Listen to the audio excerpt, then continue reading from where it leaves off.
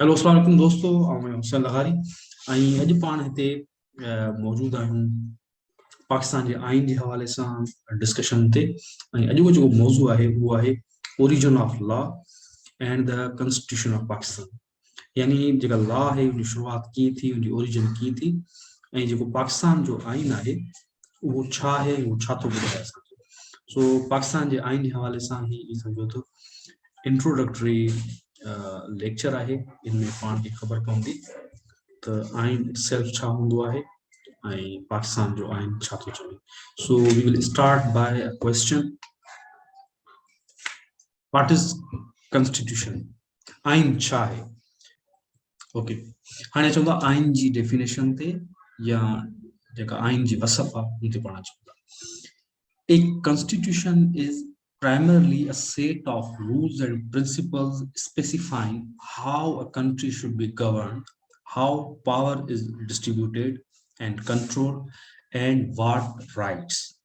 यानी आइन बुनियादी तरह कानूनी असूलन जो मजमू आहे त मुल्क कीअं हलणु घुर्जे, ताक़त ऐं अख़्तियारनि जी विर्छ कीअं थिए ऐं हक़ कहिड़ा हुजनि।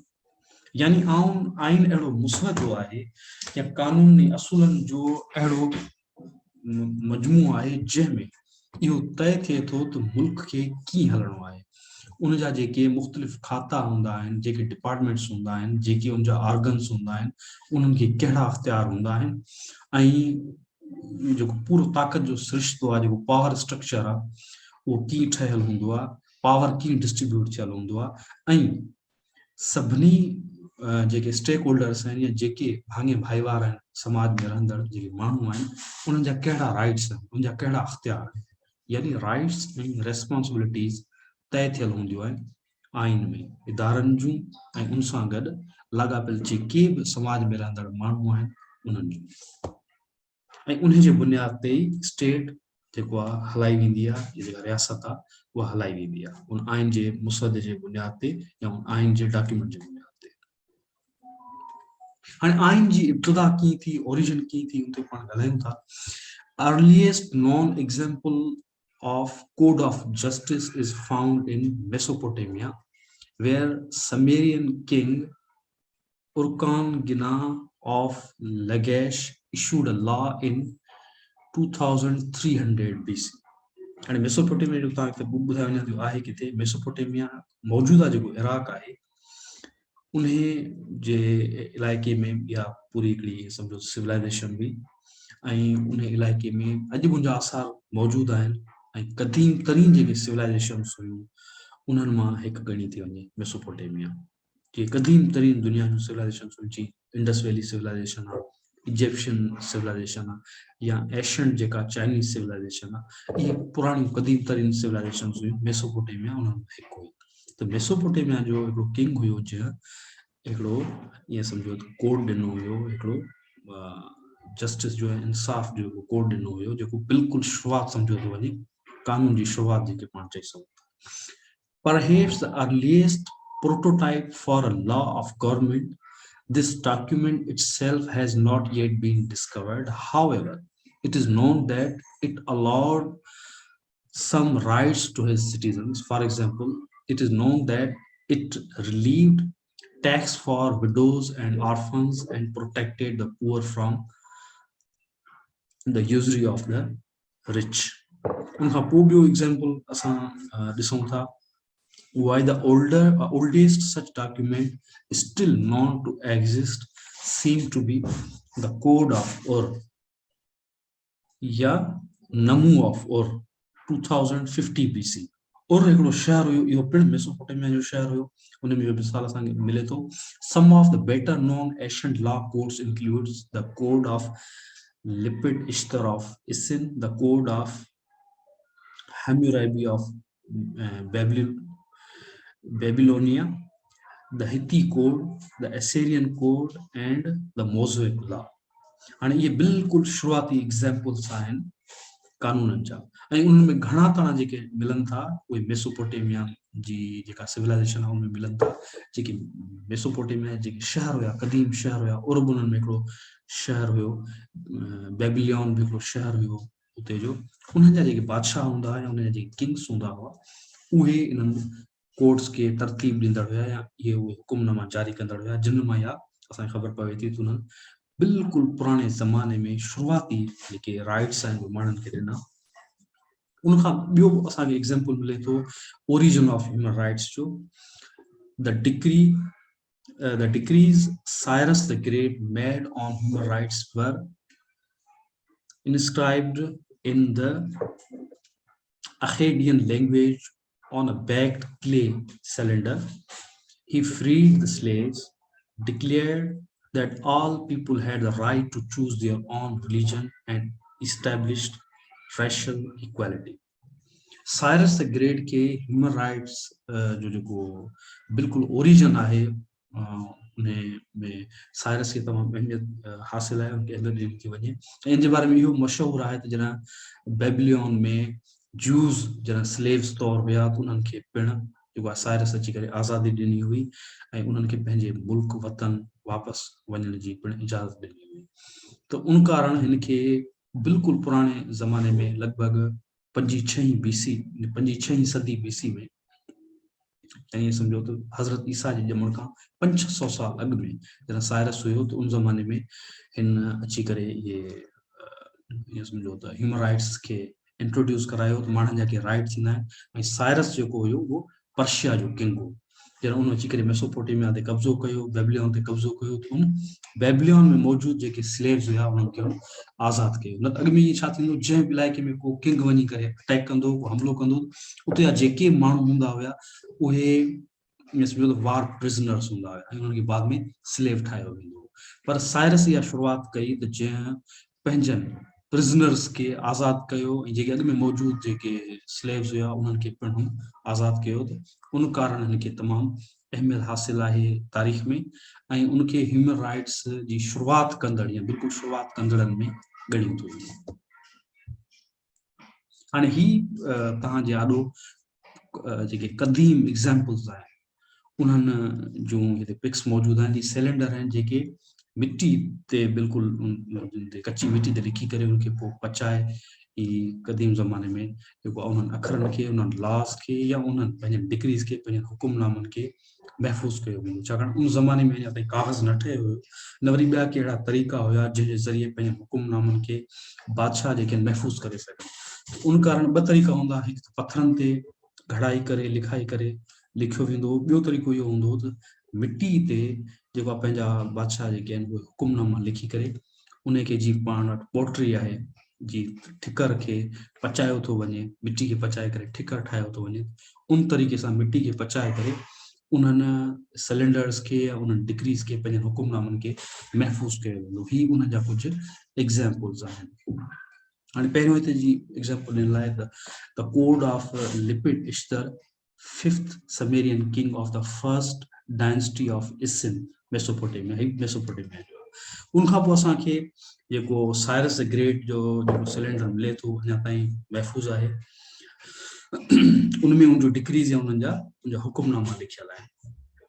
उनखां अलावा एशियंट इजिप्शियन लॉस हुया जेके उहे पथरनि ते लिखिया वेंदा हुया, उन्हनि जा जेके हुकुमनामा हूंदा हुया या उनजी इवन जेका तारीख़ हुई कुझु उनजा एग्ज़ाम्पल्स मिलनि था, उहे पिणु पथरनि ते उकारिया वेंदा हुया, पथरनि ते घड़ाई करे उन्हनि हुकुमनामनि खे या उन तारीख़ी रेफरेंसिस खे महफ़ूज़ कयो वेंदो हो। या उनखां अलावा कोड ऑफ उर नमू जे नाले सां जेको कोड आहे उनजो बि असां वटि एग्ज़ाम्पल मौजूदु आहे। उहो पिणु हिकु मिट्टी ते लिखी करे उनखे ठिकर जी शिकिल में महफ़ूज़ कयो वेंदो हो। त ही उहे एग्ज़ाम्पल्स आहिनि तव्हांखे रेफरेंस ॾियण जे लाइ क़दीम ज़माने खां लॉ जी, इंसानी हक़नि जी कहिड़े नमूने सां शुरूआति थी ऐं उहे कहिड़ा असूल जेके उन ज़माने में मुरतब कया विया हुया जिन्हनि जे बुनियाद ते माण्हुनि सां जेके बादशाह हुया उहे इंटरेक्ट कंदा हुया, उन्हनि खे पंहिंजा राइट्स जेको आहिनि ज़ाहिर नंढे पैमाने ते ॾिना वेंदा हुआ, एतिरो वॾी आज़ादी न हुई उन ज़माने में, पर पोइ बि उनजी जेका शुरूआति थी आहे उन्हनि जा ही एग्ज़ाम्पल्स आहिनि। उनखां अलावा ॿिया एग्ज़ाम्पल्स हिते पाण ॾियूं था। रोमन लॉस जो एग्ज़ाम्पल आहे त रोमन जेका सेनेट हुई उन पिणु कुझु जेके आहिनि माण्हुनि जे लाइ लॉस या माण्हुनि जे लाइ जेके कानून आहिनि ठाहिया हुआ ऐं उन्हनि कानून जे तहत माण्हुनि खे कुझु आज़ादियूं हासिल। उनखां अलावा जो एथेंस शहर हुयो जंहिंखे सिटी ऑफ विज़डम उन ज़माने में चयो वेंदो हो, ॾाहप जो शहर, छाकाणि तमामु वॾा फिलोसोफर ॾाहा उन ज़माने में उन शहर में रहंदा हुआ ऐं उहे मुख़्तलिफ़ मौज़ूअनि ते हिक ॿिए सां कचहरियूं कंदा, बहस कंदा, डिबेट्स कंदा हुया ऐं उन ज़माने में जेको आहे फ़लसफ़े ते कमु थींदो हुयो। त एशियन ग्रीक जेको कॉन्स्टिट्यूशन ऑफ एथेंस आहे उनजो पिण हिते एग्ज़ाम्पल असां वटि अवेलेबल आहे। त कीअं हू पंहिंजे शहर खे जेको आहे हलाईंदा हुआ, रन कंदा हुआ, या उनजी एडमिनिस्ट्रेशन कीअं हलंदी हुई, उनजा कुझु असूल मुरतब थियल हुआ उन ज़माने में। उनखां एशियन ग्रीक लॉस बि आहिनि ऐं उनखां अलावा एडिक्ट्स ऑफ अशोका बि आहिनि। अशोका वरी जेको हिते सब कॉन्टिनेंट में जेको किंग हुयो, जेके अशोका द ग्रेट चयो थो वञे, उनजा पिण कुझु असूल मुरतब कयल हुया उन ज़माने में। उनजो एग्ज़ाम्पल हिते ॾिनल आहे। हाणे ही समूरा तव्हांखे एग्ज़ाम्पल ॾियण जो मक़सदु इहो आहे तव्हांखे अंदाज़ो थी सघे त जेको आइन जी शुरूआति थी आहे या कानून जी जेका शुरूआति थी आहे उहो कहिड़नि कहिड़नि वक़्तनि में थी आहे ऐं कहिड़नि इलाइक़नि में उन जी ओरिजिन असांखे मिले थी। उन खां अलावा रिलीजियस जेके लॉज आहिनि उन पिण बुनियाद फराहम कया जेका कॉन्स्टिट्यूशनल ग्रोथ आहे या जेका लॉज जी ग्रोथ आहे उनमें उन्हनि पाण जेको रोल प्ले कयो। उनजा जेके असां वटि एग्ज़ाम्पल्स मौजूदु आहिनि उनमें वैदिक टेक्स्ट्स आहिनि, छाकाणि जेके पुराणा वेद आहिनि जा हिंदू मत जा, उहे पिण असांखे उहे रेफरेंस ॾियनि था त पुराणे ज़माने में कहिड़े नमूने सां माण्हुनि जे लाइ असूल मुरतब कया हुया। उन्हनि सां केरु इख़्तिलाफ़ रखी सघे थो, केरु उनखे मञी या नथो मञी सघे, उहो हर कंहिंजे पंहिंजे बिलीफ ते आहे। असां सिर्फ़ु हिते एग्ज़ाम्पल ॾियण जे लाइ इहे शयूं हिते रेफरेंस तौरु रखियूं आहिनि त कीअं जेको आहे कानून जी ग्रोथ थी आहे, जेके सोसाइटीज़ में मुख़्तलिफ़ वैल्यूज़ मौजूदु आहिनि, जेके लॉज मौजूदु आहिनि, उहे कहिड़े नमूने सां उनजी ग्रोथ थी आहे या उन्हनि जी जेका उहे कीअं वधिया आहिनि, उहे कीअं आहिस्ता आहिस्ता उन्हनि तरक़ी करे अॼु जी कंडीशन अख़्तियार कई आहे या अॼु जी सूरत हाल में पहुता आहिनि। उनमें principles of the spiritual and moral growth में जेको आहे वैदिक टेक्स्ट जो रोल आहे। ज्यूइश जेको आहे बाइबल आहे, जेके तौरात पाण चऊं था, उनमें पिण मोरल कमांडमेंट्स आहिनि, हिकिड़े इंडिविजुअल खे सोसाइटी में कीअं रहणु घुरिजे ऐं हिकिड़े फ़र्द खे ज़ाती तरह ॿियनि सां कीअं बिहेव करणु घुरिजे, हिकिड़े फ़र्द जा राइट्स कहिड़ा आहिनि, जूं रेस्पॉन्सिबिलिटीज़ कहिड़ियूं आहिनि, ऐं जेके रिलीजियस जेके टेक्स्ट आहिनि उन जो तालुक़ु वॾे पैमाने ते हिकिड़े इंडिविजुअल सां ऐं सोसाइटी सां रहियो आहे। हिकिड़ो फ़र्द पाण कीअं रहे ऐं सोसाइटी में कहिड़ो रोल प्ले करे, उनजो कहिड़ियूं लिमिट्स आहिनि, कहिड़ियूं हदूं आहिनि, जेके रिलीजियस जेके सेट्स आहिनि लॉज जा, उहो अक्सर हिकिड़े इंडिविजुअल जे राइट्स ते ऐं उनजे रेस्पॉन्सिबिलिटीज़ ते आधार आहिनि। पर ज़ाहिर आहे हिकिड़ो इंडिविजुअल बि त अॻियां हली करे सोसाइटी जो हिकिड़ो ख़ासि जेको आहे पुर्ज़ो थिए थो, उनजो हिसो थिए थो, अॻियां हली करे इंडिविजुअल्स ई रियासतनि खे जेको आहे तश्कील ॾियनि था। उन कारण या इंडिविजुअल लिमिट में रहे थो त सोसाइटी वधीक सुठे नमूने सां ऑर्गेनाइज़ थिए थी।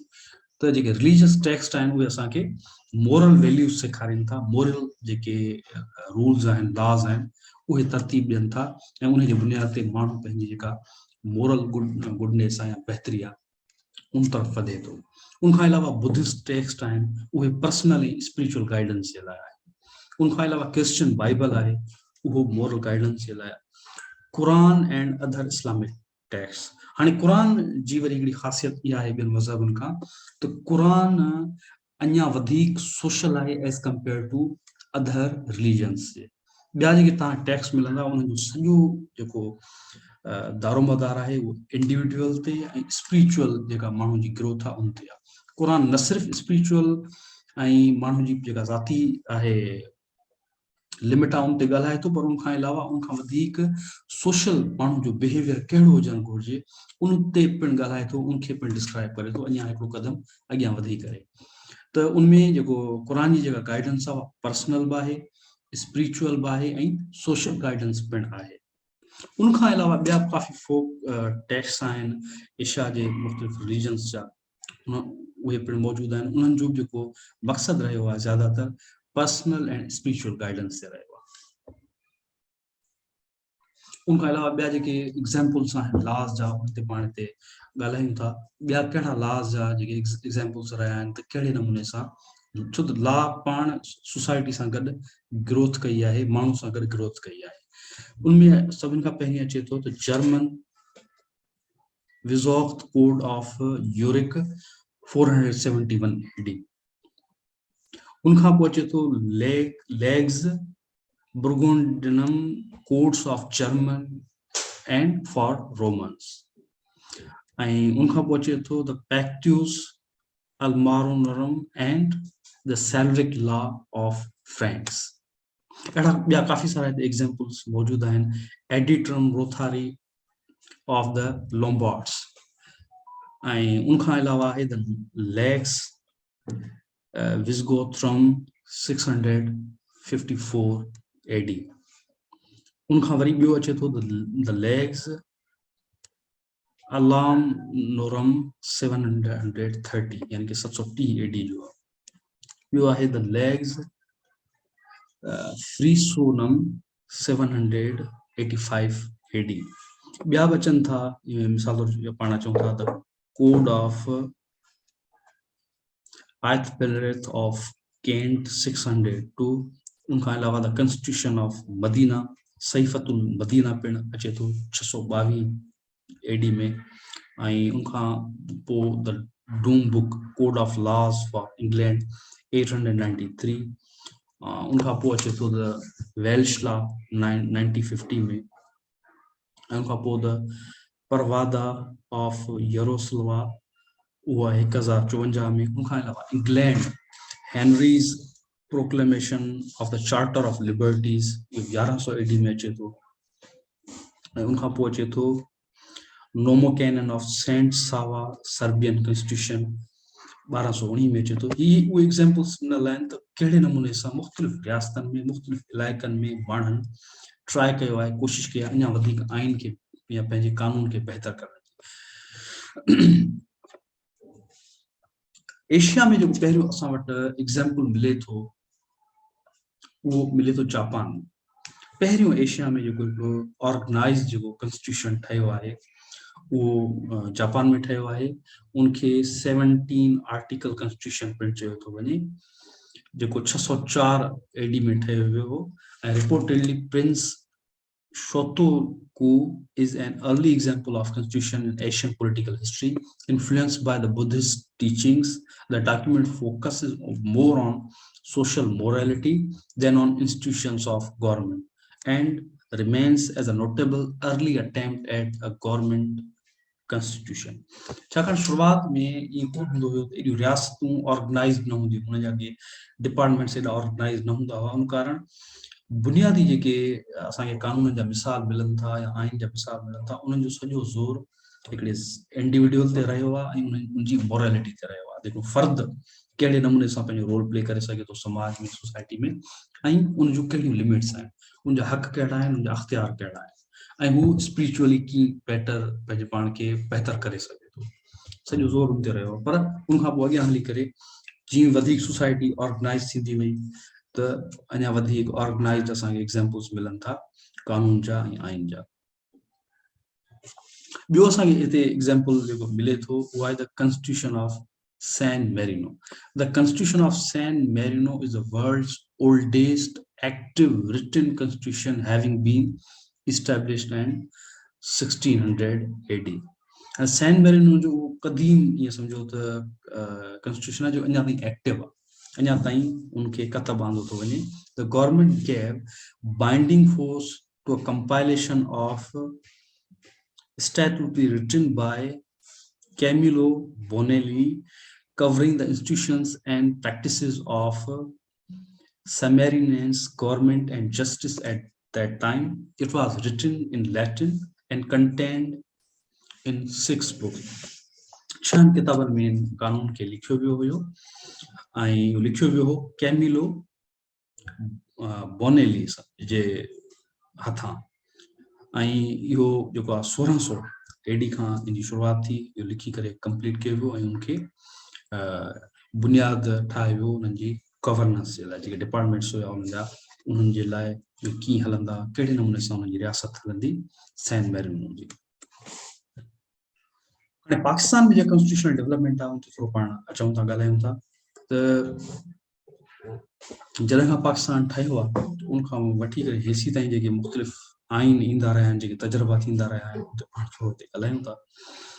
The provisions of the Government of India Act 1935 had greatly influenced the state and served as its legal document until 1956.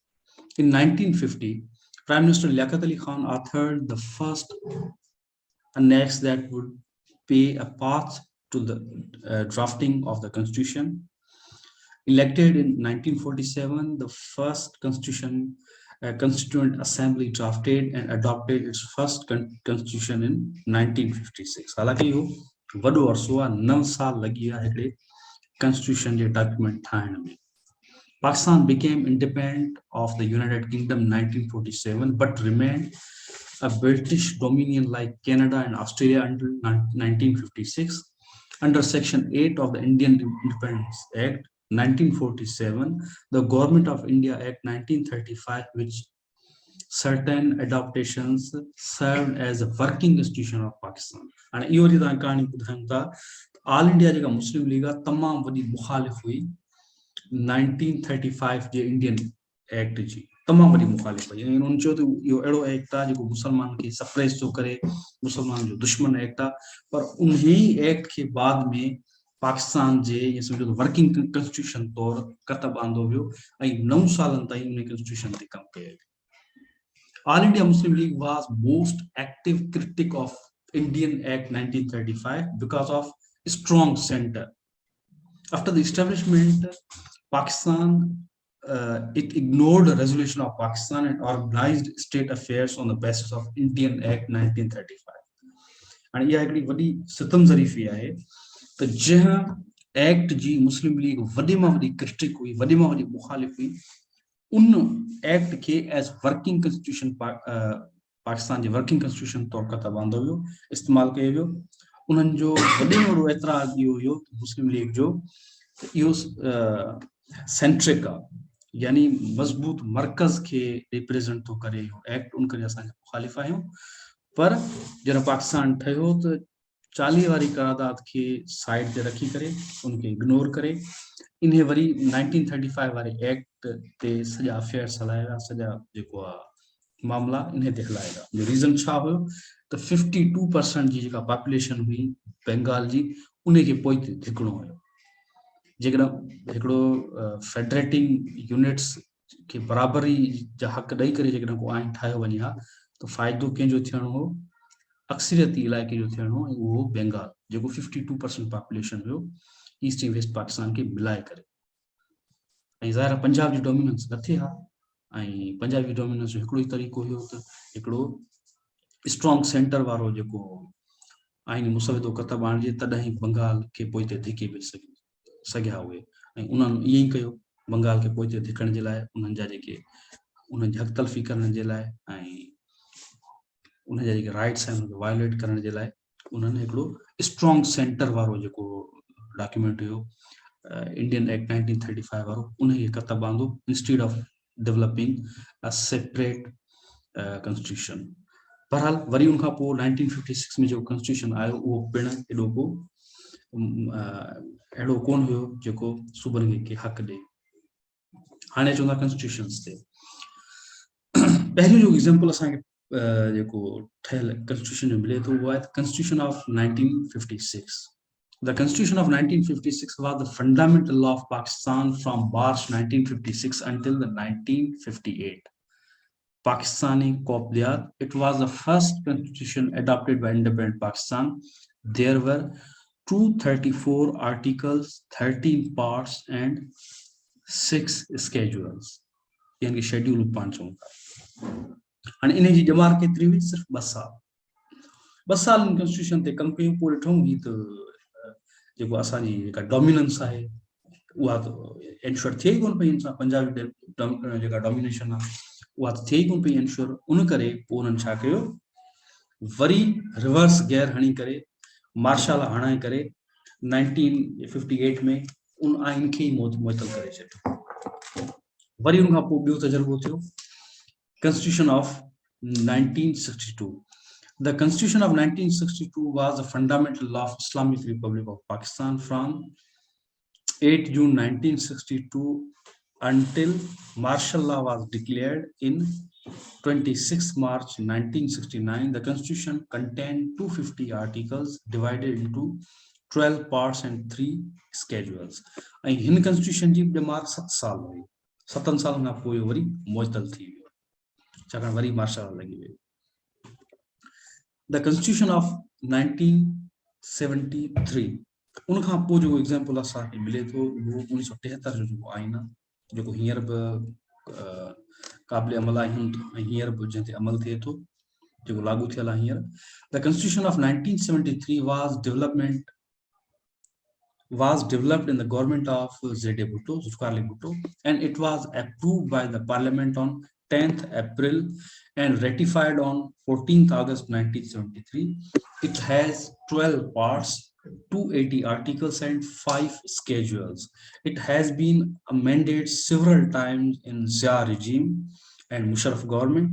18th constitutional amendment revived it to its actual form by making Pakistan from semi-presidential to parliamentary republic. And इहो जेको 1973 में आइन आयो, ख़ैर इन ते बि ॻाल्हाए सघिजे थो, इन ते काफ़ी सारा माण्हू आहिनि जेके एतिराज़ कंदा हुआ, त छाकाणि इन पिणु इहो एंश्योर न कयो ऐं ही एज़ पर 1940s जेको रेज़ोल्यूशन न आहे। 1940 जी करारदाद जेको पाकिस्तान ठाहिण जी बुनियाद आहे, उन बुनियाद ते ही जेको आहे कॉन्स्टिट्यूशन अञा बि न आहे।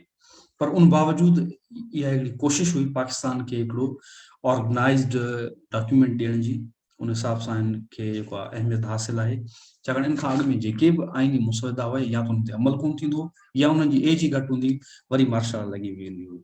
ऐं हिन कॉन्स्टिट्यूशन जी शुरूआती जेका ॼमार सिर्फ़ु 6 साल। 1977 में वरी जेको आहे जीअं सम्झो मार्शल लॻी वई हुई ऐं 1973 खां वठी करे 77 ताईं इहो लागू हुयो, ऑलमोस्ट 4 सालनि ताईं। उन खां पोइ वरी मार्शल लॻल हुई जेका 1988 ताईं जेको आहे सम्झो त अमल में हुई, जॾहिं ज़ियाउल हक़ जी जेको आहे डेथ थी आहे, उन खां पोइ वरी पाकिस्तान में डेमोक्रेसी जेको रिस्टोर थी। ऐं इन विच में जेको इहो ज़िया जो दौर हुयो, ऑलमोस्ट 11 साल, इन्हनि 11 सालनि में इलाही सारियूं अहिड़ियूं ज़िया रिजीम जे दौरान अमेंडमेंट्स थियूं जिन्हनि सॼो चहिरो ई बिगाड़े छॾियो 1973 जे लॉ जो कानून जो, या ईअं सम्झो त उनजे आइन जो। 1973 जो जेको आइन हुयो ज़िया रिजीम में एतिरे दफ़ा अमेंडमेंट्स थियूं जो असल शिकल जेको आहे उनजी जेको आहे बदिलजी वई। उन खां पोइ वरी रिमेनिंग जेके कुझु अमेंडमेंट्स मुशर्रफ जे रिजीम में थियूं, परवेज़ मुशर्रफ जे दौर में थियूं, ऐं पोइ वरी पीपल्स पार्टी जे गवर्नमेंट आई त 18th अमेंडमेंट जे थ्रू जेका पुरानी शिकल हुई 1973 जे कानून जी या आइन जी, उहा वरी उनखे बहाल करण जी कोशिश कई वई। पर उन 18th अमेंडमेंट ते बि फेडरल जेका गवर्नमेंट आहे उहा एतिराज़ कंदी थी रहे, ऐं कुझु जेके सेंटर खे ताक़तवर ॾिसणु चाहिनि था या जेके धुरियूं हिकिड़ो मज़बूत मर्कज़ ॾिसणु चाहिनि थियूं, उहे इन माना 18th अमेंडमेंट खे जेको आहे उनजी मुखालफ़त कनि थियूं ऐं उनजे ख़िलाफ़ ॻाल्हाइनि थियूं। हाणे चऊं था पर्पज़ ऑफ कॉन्स्टिट्यूशन, त हिकिड़े कॉन्स्टिट्यूशन जो जेको पर्पज़ छा हूंदो आहे? Distribution of powers, authorities between federation and federating units. I want to make it clear that Pakistan is not a nation state. Pakistan is a federation. Pakistan is a federation है जो federating units मिली करे form कयो आहे, ऐं उहे federating units कहिड़ियूं आहिनि? अॻु में बंगाल उनमें शामिल हुई, हाणे उहो आज़ाद मुल्क आहे बांग्लादेश जे नाले सां।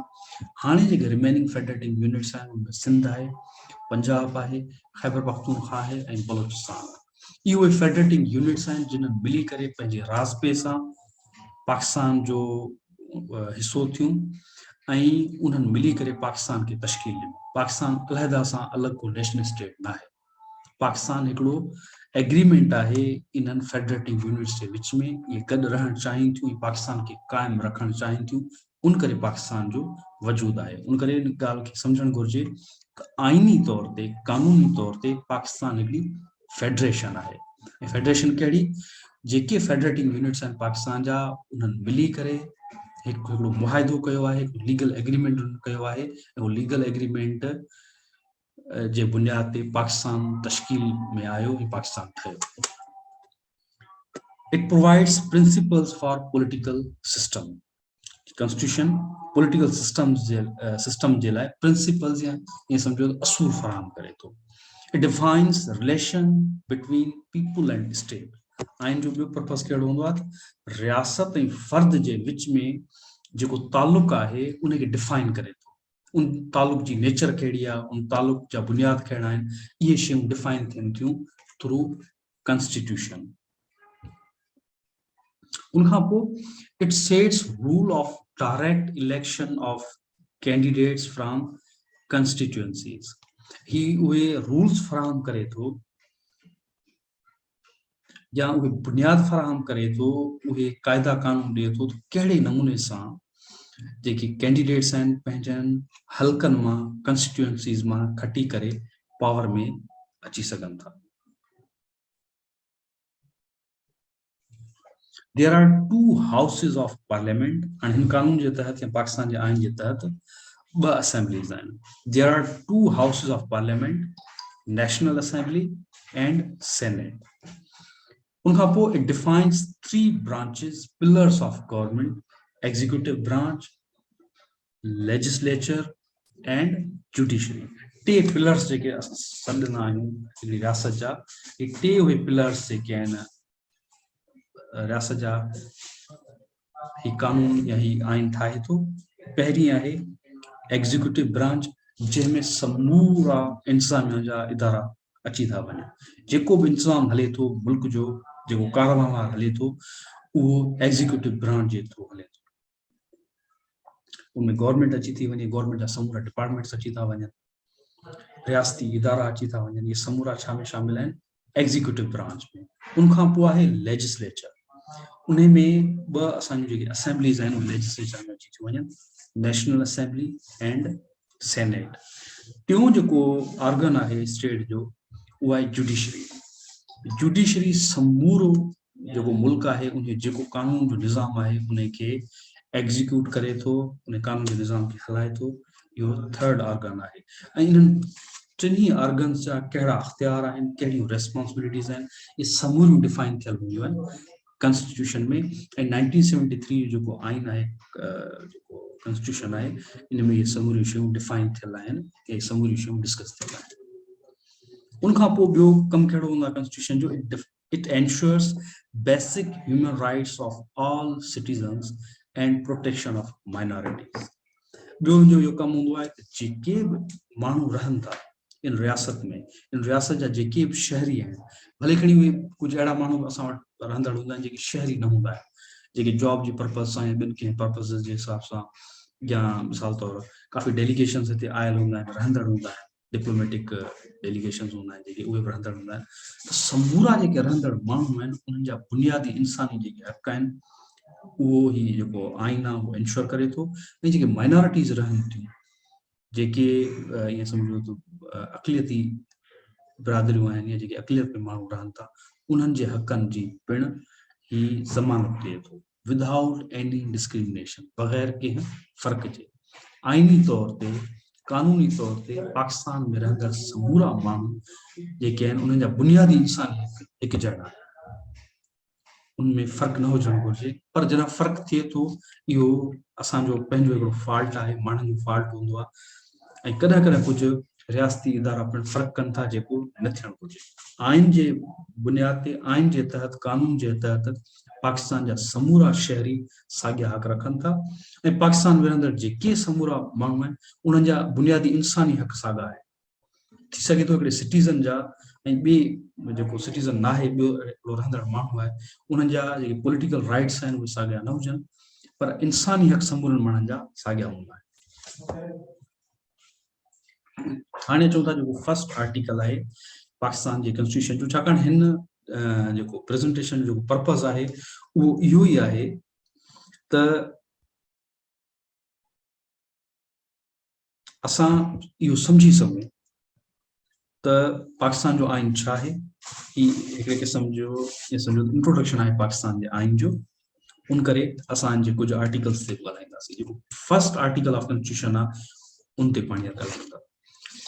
First article of Constitution states that Pakistan shall be federal republic to be known as Islamic Republic of Pakistan hereinafter referred to as Pakistan.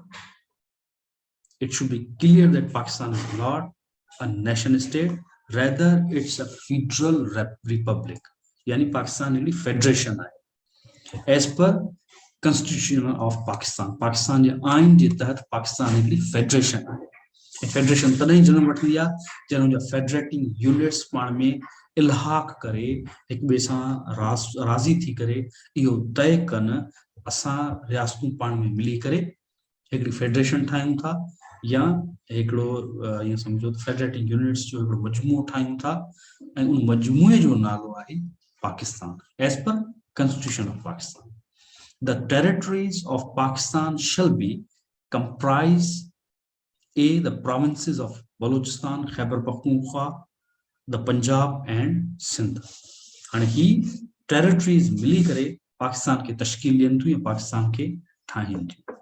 The Islamabad Capital Territory hereinafter referred as the federal capital. हाणे जो इस्लामाबाद आहे वो as federal capital जे उनजी सुञाणप थिए थी. Such states and territories as are or may be included in Pakistan, whether by accession or otherwise. हाणे ही थोड़ी में एम्बिग्युइटी आहे, इनके हर को पंहिंजे तरीक़े सां डिफाइन करण जी कोशिश करे तो ही असल में रेफर कयल आहे उन्हनि इलाइक़नि ॾे जेके इलाइक़ा पाकिस्तान जे कंट्रोल में है. जी नॉर्दर्न एरियाज़ जंहिंमें आज़ाद जम्मू कश्मीर बचे थो ऐं उनखां अलावा गिलगित बल्तिस्तान बचे थो. इहे उहे इलाइक़ा आहिनि जेके पाकिस्तान जे कंट्रोल जे हेठि आहिनि पर डायरेक्टली जेके आहिनि पाकिस्तान जो हिसो सम्झा कोन था वञनि पर इहे पाकिस्तान जी इंतज़ाम हेठि आहिनि. फाटा बि हो पहिरीं पर हाणे उनखे ख़ैबर पख्तूनख्वा बि हिसो ठाहियो वियो. Majlis Shura, Parliament may by law admit into the Federation new states of areas on such terms and conditions as it thinks. तो जेका पाकिस्तान जी पार्लियामेंट आहे उनखे इहो हक़ हासिल आहे उहा ईअं ॿियनि नवनि इलाइक़नि खे पिणु पाकिस्तान जी टेरिटरी जो हिसो ठाहे सघे थी.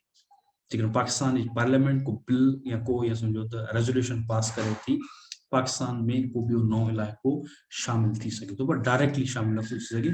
उनजे लाइ पार्लियामेंट जो राज़को या उन जो जेको आहे कॉन्फिडेंस हुजणु लाज़मी आहे. हाणे वरी अचूं था आर्टिकल 3 ते elimination of exploitation. The state shall ensure the elimination of all forms of exploitation and the gradual fulfillment of the fundamental principle from each according to his ability to each according to his work. And he उनजे करे article में add कयो आहे असांखे ख़बर हुजणु घुरिजे जेको पाकिस्तान में रहंदड़ इंडिविजुअल आहे उनखे इहो हक़ हासिल आहे त हू कंहिं बि तरीक़े सां एक्सप्लॉइट न थींदो. पाकिस्तान जो आइन इहो एंश्योर थो करे त हिकिड़ो इंडिविजुअल हिकिड़ो सिटीज़न कंहिं बि तरीक़े सां एक्सप्लॉइट न थींदो. पर बदकिस्मती सां असां वटि जेको इस्तेहसाल आहे जेका एक्सप्लॉइटेशन आहे उहा कंहिं न कंहिं शिकल में मौजूदु आहे अनफॉर्चुनेटली जेका न हुजणु घुरिजे. पाकिस्तान जो आइन इन शइ जी यकीन दहानी ॾियारे थो त आइनी तौर ते कंहिं बि फर्द या कंहिं बि सिटीज़न जी एक्सप्लॉइटेशन न थी. पर असां ॾिसूं था त कहिड़े नमूने सां असांजी सोसाइटी में मुख़्तलिफ़ नालनि में पॉलिटिकल नारनि जे नालनि में ऐं जेको आहे एग्रीकल्चर लेबर जे नाले में या उनखां अलावा ॿी जेका एक्सप्लॉइटेशन आहे इलाही सारा माण्हू अंडर पेड आहिनि यानी उनखे उहो अजूरो कोन थो मिले उहा उन्हनि खे पघार कोन थी मिले जेतिरो हू कमु कनि था. काफ़ी फैक्ट्रीज़ में काफ़ी इदारनि में मीडिया में एजुकेशनल इंस्टीट्यूशंस में काफ़ी सारनि शयुनि ते जाइनि ते तव्हां ॾिसंदा हूंदो त माण्हू एक्सप्लॉइट थियनि था ऐं काफ़ी अहिड़ा इलाइक़ा आहिनि मिसाल ज़राए सां लाॻापियल के आहिनि किथे हारी आहिनि उन्हनि खे उहे राइट्स कोन था मिलनि उनखे उहे हक़ कोन था मिलनि. जेको असांजो मज़दूर तबिको आहे उन्हनि खे उहे राइट्स कोन था मिलनि उहे हक़ कोन था मिलनि. हालांकि आइनी तौर ते कंहिं बि शिकल में एक्सप्लॉइटेशन के उनजी नफ़ी कयल आहे, उहे एक्सप्लॉइट कोन थींदा। पर स्टेट अञा ताईं उनमें कामयाब न थी सघी आहे, उहा अञा ताईं नाकाम आहे इन आर्टिकल खे इम्प्लीमेंट करण में। हालांकि ही थर्ड आर्टिकल आहे पाकिस्तान जे आइन जो बुनियादी आर्टिकल आहे, इंतिहाई अहम आर्टिकल आहे, ऐं समूरा जेके ह्यूमन राइट्स आहिनि आर्टिकल जे थ्रू ईअं सम्झो पाकिस्तान जे शहरनि जा, पाकिस्तान में रहंदड़ माण्हुनि जा एंश्योर थियनि था। जॾहिं एक्सप्लॉइटेशन ई न थींदी मीन्स को बेसिक ह्यूमन राइट आहे जेको माण्हुनि जो वो वायलेट न थींदो। पर बदकिस्मती सां इहो थिए कोन थो, माण्हू अञा ताईं एक्सप्लॉइट थियनि था, उन्हनि जो इस्तेहसाल थिए थो। वरी अचूं था rights of individuals to be dealt with in accordance with law.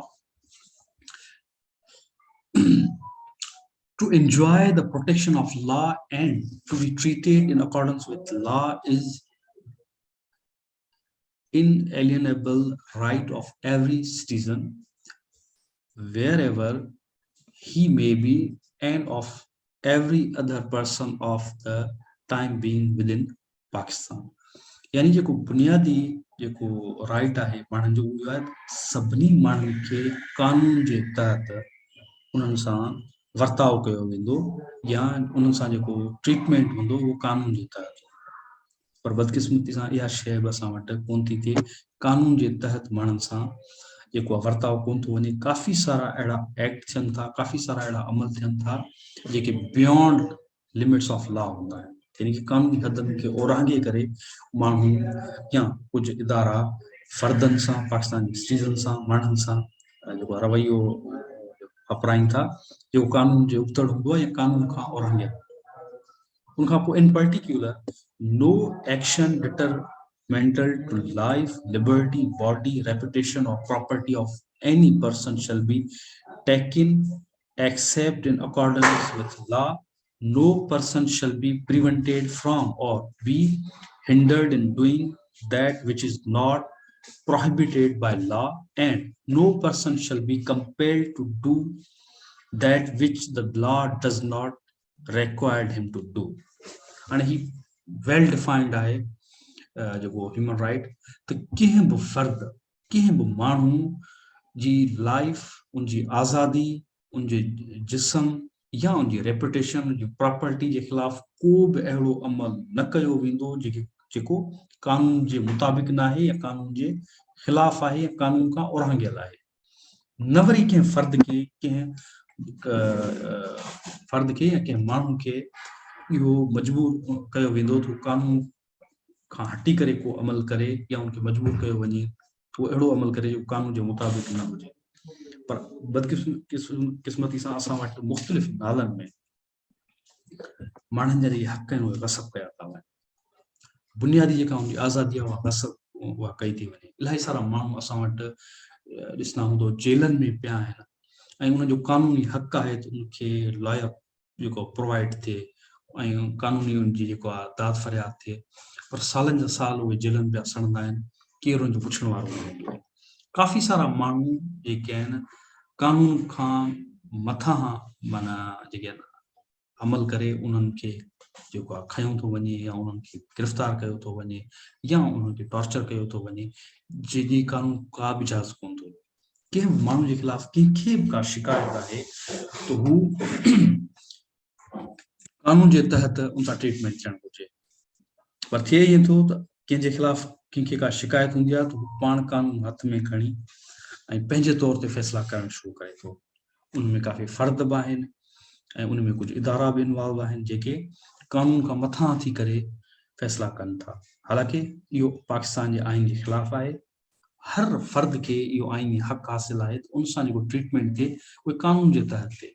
कंहिंसां कंहिंखे का शिकायत आहे, कंहिं को ॾोह कयो आहे, कंहिं को क्राइम कयो आहे त उनजे लाइ कोर्टूं अवेलेबल आहिनि, कोर्ट्स अवेलेबल आहिनि, उनजे ख़िलाफ़ को केस आहे, उहो केस जी पैरवी थिए ऐं केस प्रोसीड थिए, उनमें जेको डिसीजन अचे थो, जेको फ़ैसिलो थिए थो, जेको कोर्ट फ़ैसिलो करे थी एज़ पर आइन हूंदो, एज़ पर जेको आहे कानून हूंदो। पर कंहिं बि फर्द खे या इदारे खे इहो हक़ हासिल न आहे त कंहिं ॿिए पाकिस्तानी शहरी खे गिरफ़्तार करे खणे ऐं उनखे गुम करे छॾे या उनजे ख़िलाफ़ को अहिड़ो अमल करे, उनखे टॉर्चर करे या उनखे फिज़िकली जेको हरास करे इहो पाकिस्तान जे आइन जे खिलाफ आहे। उन करे सभिनी पाकिस्तान जे शहरनि खे इहो जेको पंहिंजो हक़ आहे उहो इंजॉय करणु घुरिजे। इहो राइट आहे जेको उहो उन राइट ते अमल थियणु घुरिजे। उहो राइट उन माण्हुनि खे मिलणु घुरिजे जेको पाकिस्तान जो शहरी पाकिस्तान में रहंदड़ आहे। त उन सां कानून जे मुताबिक़ जेको ट्रीटमेंट थिए, बियॉन्ड द लॉ न थियणु घुरिजे, बियॉन्ड द कॉन्स्टिट्यूशन न थियणु घुरिजे। ॿियो वरी असां हिकिड़ो एग्ज़ाम्पल हिते पढ़ूं था, Article number 10, no person who is arrested shall be detained in custody without being informed as soon as may be of the grounds for such arrest, nor shall be denied the right to consult and be defended by a legal practitioner of his choice.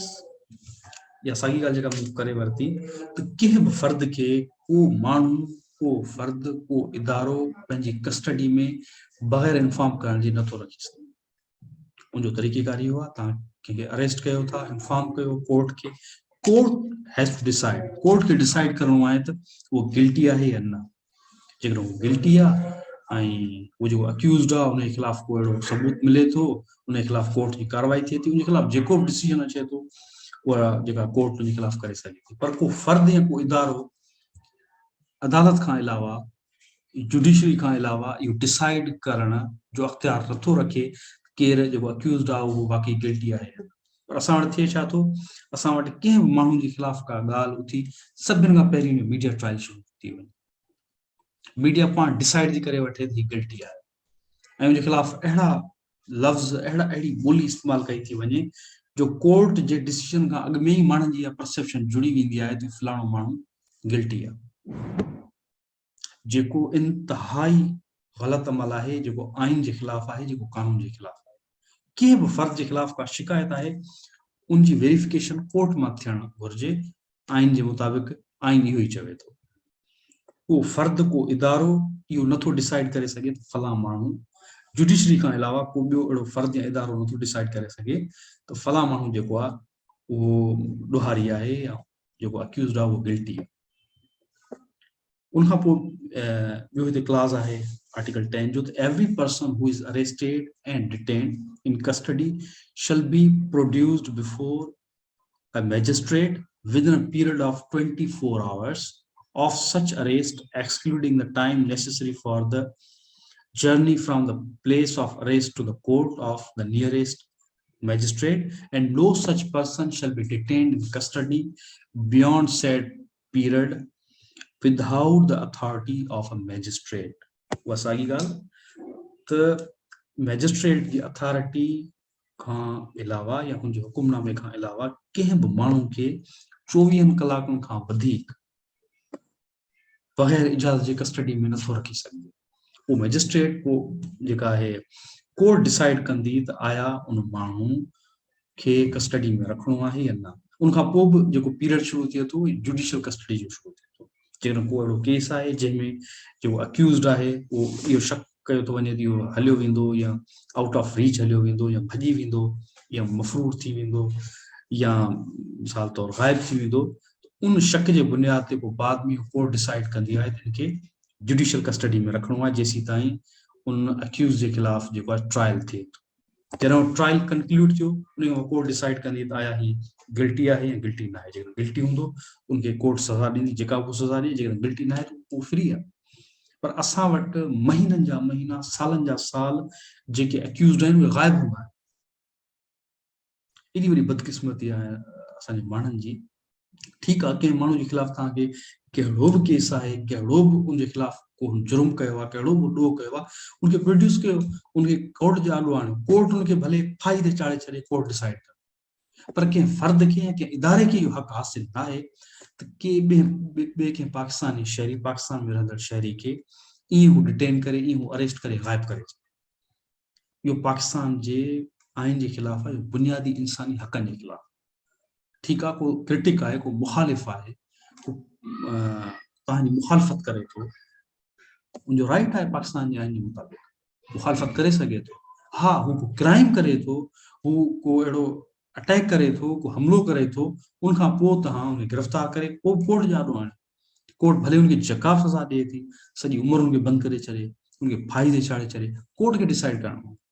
कंहिं ॿिए इदारे खे, कंहिं फ़र्द खे हक़ हासिल नाहे तो डिसाइड करे त फलां माण्हू अक्यूज़ड आहे, त उनखे तव्हां हाणे महीननि जा महीना, सालनि जा साल वेही करे किथे बंदि करे रखो।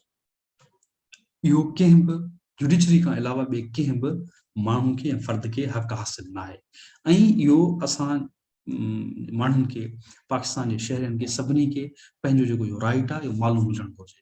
इहो बेसिक ह्यूमन राइट आहे, असांखे ख़बर हुजणु घुरिजे, being a Pakistani, being a citizen of this society, असांजो राइट कहिड़ो आहे, असांजो हक़ कहिड़ो आहे। पाकिस्तान जो आइन इहो इंश्योर थो करे त को बि फ़र्द जेकॾहिं अक्यूज़ड आहे उनखे अरेस्ट करणो आहे, तव्हां मैजिस्ट्रेट जे आरो खे पेश कंदो विदिन 24 आवर्स। उनखां पोइ कोर्ट डिसाइड कंदी त आया इनखे जुडिशियल कस्टडी में रखणो आहे या न रखणो। जेकॾहिं रखणो आहे तॾहिं हू जुडिशियल कस्टडी में हूंदो, कोर्ट खे ख़बर हूंदी फलाणो फलाणे थाणे ते पियो आहे या जेल में पियो आहे। नथिंग, हा अॻियां हलूं था त nothing in classes 1 and 2 shall apply to any person who is arrested or detained under any law providing for the preventive detention.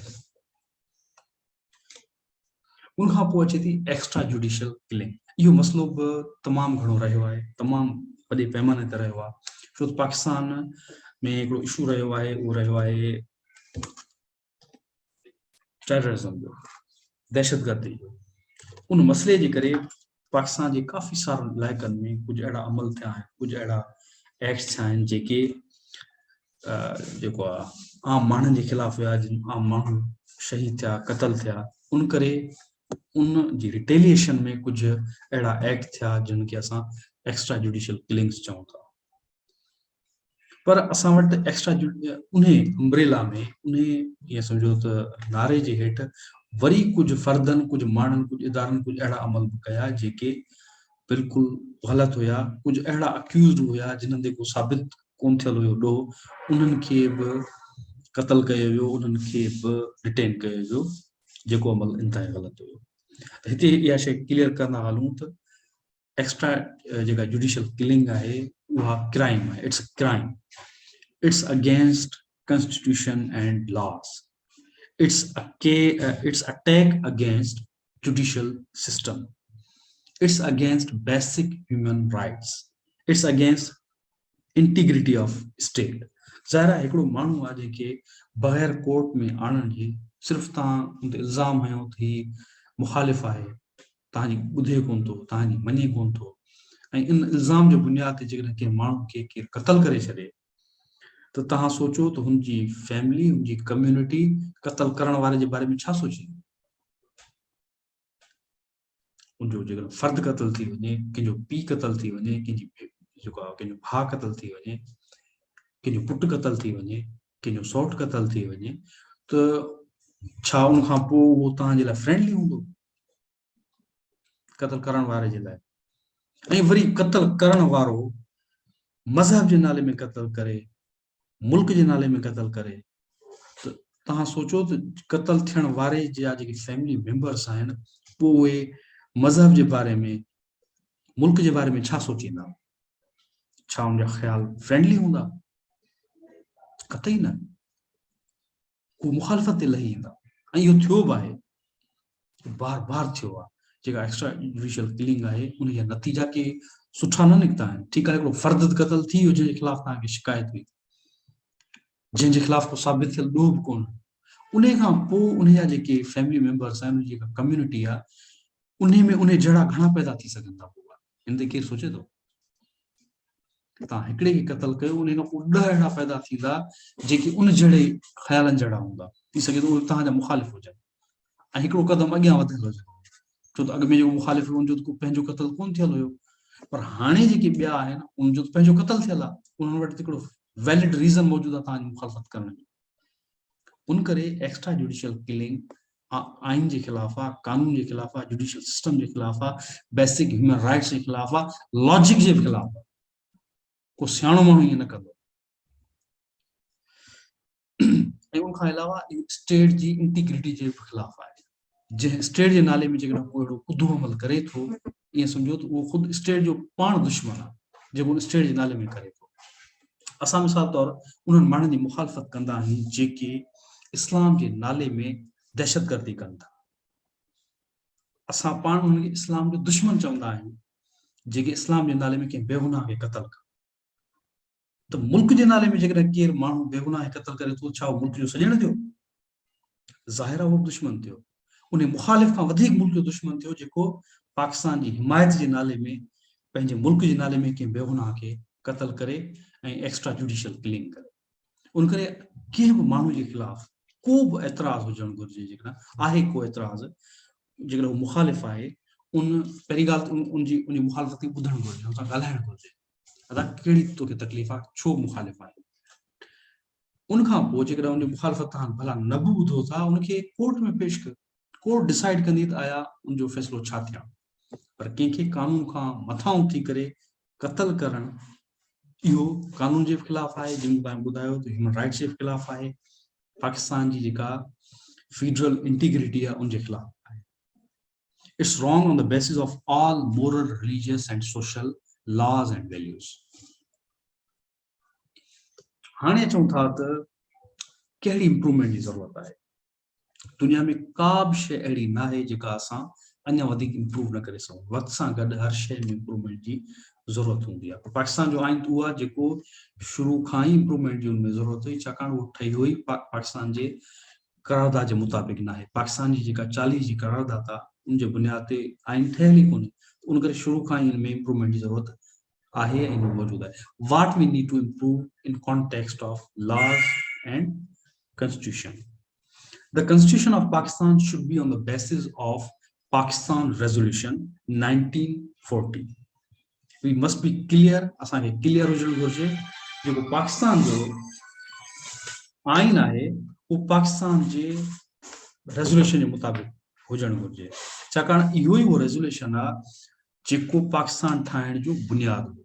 इन बुनियाद ते पाकिस्तान जो जेको आहे वजूद थियो, पाकिस्तान रेज़ोल्यूशन जे बुनियाद ते ठहियो।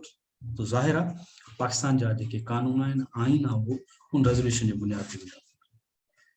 उनखां पोइ ॿी कहिड़ी पॉइंट आहे, excluding 3 departments, all departments will be given to the federating units to truly define the clause of 1940 agreement which states constituent units will be autonomous and sovereign. का बि जेका स्टेट आहे, जेको फेडरेटिंग यूनिट आहे, ऑटोनॉमियस ऐं sovereign कीअं थींदी, जॾहिं उनखे अख्तियार हुजनि। पूरी दुनिया में जेके फेडरेटिंग यूनिट्स आहिनि, 3 खातनि खां अलावा, 3 डिपार्टमेंट्स खां अलावा समूरा खाता उन्हनि जे कंट्रोल में हूंदा आहिनि। उहे टे कहिड़ा आहिनि, करंसी आहे, फॉरेन अफेयर्स आहे ऐं डिफेंस आहे। इहे टे जेके डिपार्टमेंट्स आहिनि, इहे फेडरेशन वटि हुजणु घुरिजनि। Remaining all department should be under federating units. That's how we can make this federation a true federation, which will be on the basis of 1940's resolution, which already states that constituent units will be autonomous and sovereign. So अॼोको ही जेको पंहिंजो lecture हुयो हिते उनजो इख्तिताम कयूं था। इंशाल्लाह सुभाणे वरी ॿिए नए मौज़ू सां तव्हां सां गॾु अलाह भाई।